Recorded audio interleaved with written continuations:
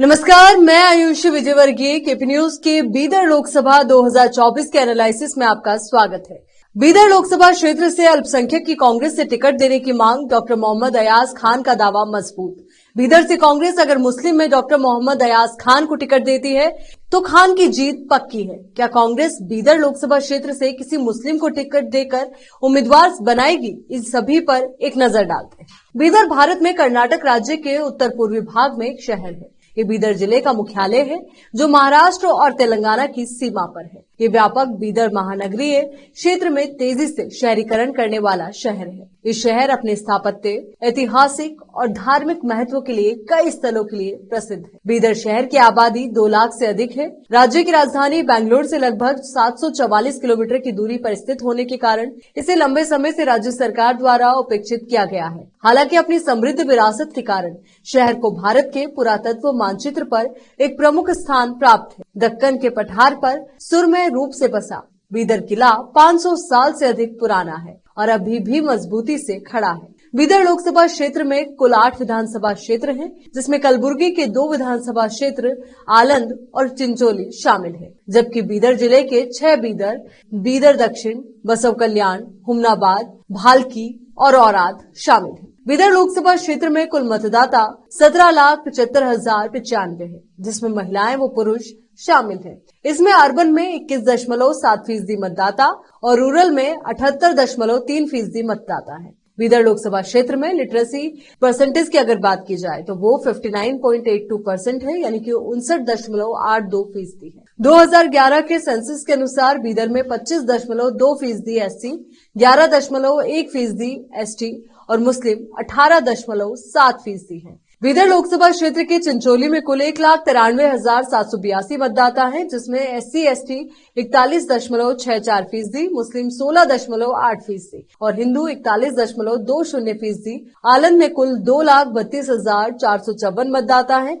जिनमें SC ST 25.73%, मुस्लिम 16.3% और हिंदू 57.97%। बसों कल्याण में 2,29,952 मतदाता हैं, जिनमें एससी और एसटी 38.61%, मुस्लिम 18.5% और हिंदू 42.89% है। हुमनाबाद में 2,43,463 मतदाता हैं, जिनमें एससी और एसटी 40.64%, मुस्लिम 22.7% और हिंदू 36.66%।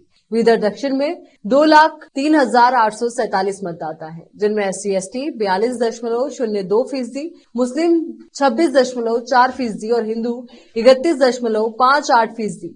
बीदर उत्तर या शहर में 2,21,846 मतदाता हैं, जिनमें एससी एसटी 24.37%, मुस्लिम 30.6% और हिंदू 45.03% है। भालकी तालुका में 2,30,226 मतदाता, एससी एसटी 37.76%, मुस्लिम 9.8% और हिंदू 54.44% और औराद में 2,18,337 मतदाता है, जिसमें एससी और एसटी 42.83%, मुस्लिम 8.6% और हिंदू 48.57% है। औराद में एससी एसटी मतदाताओं की संख्या अधिक मानी जाती है, तो वहीं बीदर शहर में मुस्लिम की संख्या 30.6% है। वर्ष 2023 के विधानसभा चुनाव में भाजपा को 46.7%, कांग्रेस को 46.1% और जेडीएस को 4.4% वोट शेयर रहा। कर भाजपा के उम्मीदवार उमेश जादव 858 मतों के मार्जिन से विजय हुए।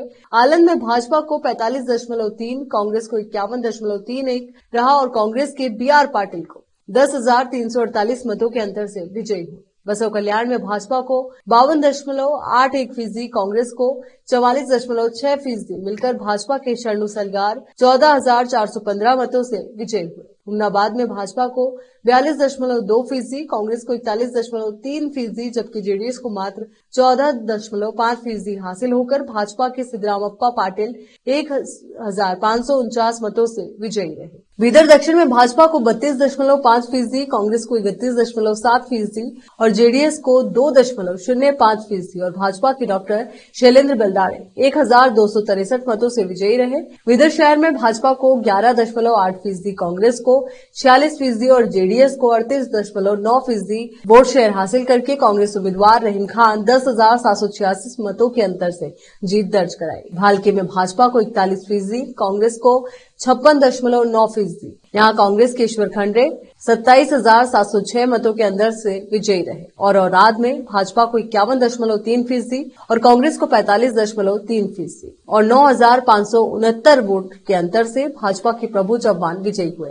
तो अगर पूरे 8 विधानसभा क्षेत्रों पर आप नजर डालें तो भाजपा के 5 विधायक और कांग्रेस के 3 विधायक हैं। बीदर जिले में रोजगार, पेयजल सहित अन्य कारोबार की समस्या लगातार कई सालों से चली आ रही है, जिससे जनता जूझ रही है। जिले में विकास की जरूरत है। अब तक के विधायक और सांसद जिले में रोजगार उपलब्ध कराने में सफल नहीं रहे। अब ऐसे में आगामी लोकसभा चुनाव 2024 में भाजपा और कांग्रेस पार्टी के आकांक्षियों की एक लंबी कतार लगी हुई है। वर्तमान में बीजेपी के भगवंत खूबा सांसद हैं, जो लगातार 2 बार सांसद रहकर इस बार फिलहाल वो केंद्रीय उर्वरक राज्य मंत्री भी हैं। लेकिन इस बार क्षेत्र के भाजपा विधायक ही खूबा के खिलाफ चाल चल रहे हैं और उन्हें टिकट न देने की मांग भाजपा में जोर पकड़ी हुई है। वहीं कांग्रेस में बीदर लोकसभा क्षेत्र से अल्पसंख्यक को टिकट देने की मांग जोरों शोरों से उठ रही है, जिसमें डॉक्टर मोहम्मद अयाज खान का दावा मजबूत माना जा रहा है। लोगों का कहना है कि अगर डॉक्टर मोहम्मद अयाज खान को कांग्रेस का टिकट मिलता है तो उनकी जीत पक्की है और वही भाजपा का किला ढहा सकते हैं। हालांकि कांग्रेस के टिकट के दावेदारों में